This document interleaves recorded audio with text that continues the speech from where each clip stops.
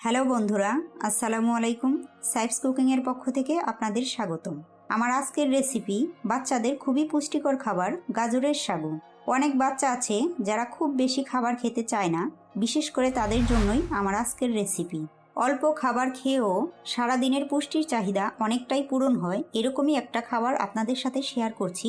চলুন তাহলে রেসিপিটি দেখে নিই। প্রথমেই আমি উপকরণগুলো দেখিয়ে দিচ্ছি।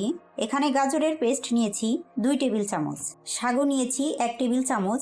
সাগুটাকে খুব ভালো করে ধুয়ে 10 মিনিটের মতো ভিজিয়ে রেখেছি, এতে করে খুব তাড়াতাড়ি সেদ্ধ হবে। গরুর দুধ নিয়েছি হাফ কাপ, আর নিয়েছি পরিমাণ মতো খেজুরের গুড়। 1 বছরের কম বয়সী বাচ্চাদের ক্ষেত্রে গরুর দুধ এবং খেজুরের গুড়টা স্কিপ করে যাবেন। গরুর দুধের পরিবর্তে পানি দিয়ে রান্না করে রান্না শেষে ফর্মুলা মিল্ক অ্যাড করে নিতে পারেন। রান্নার জন্য চুলায় একটি পাত্র বসিয়ে নিয়েছি। এবার এর ভিতরে দিয়ে দিচ্ছি 1 চা চামচ ঘি। ঘিতে রয়েছে গুড ফ্যাট, যা বাচ্চাদের হেলদি করতে সাহায্য করে এবং খাবারের স্বাদটাও বেড়ে যায়। গাজরের পেস্টটা দিয়ে গাজরটাকে একটু ভেজে নিচ্ছি, যাতে গাজরের কাঁচা ভাবটা না থাকে। গাজরটা আমি 1 মিনিটের মতো ভেজে নিয়ে দিয়ে দিচ্ছি ভিজিয়ে রাখা সাগু। এবার দিয়ে দিচ্ছি হাফ কাপ দুধ। দুধটা দিয়ে একটি চামচ দিয়ে খুব ভালো করে মিশিয়ে নিচ্ছি।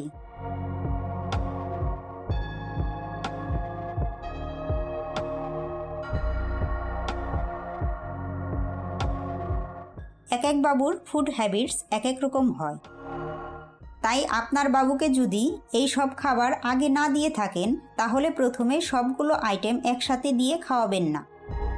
আগে একটা করে দিয়ে দেখবেন কোনো খাবারে আপনার বাবুর প্রবলেম হচ্ছে কিনা। যদি না হয়, সেক্ষেত্রে সবগুলো খাবার একসাথে খাওয়াতে পারবেন। সাগুটা পুরোপুরি সেদ্ধ হয়ে গিয়েছে এবং কি রান্নাটাও প্রায় শেষের দিকে।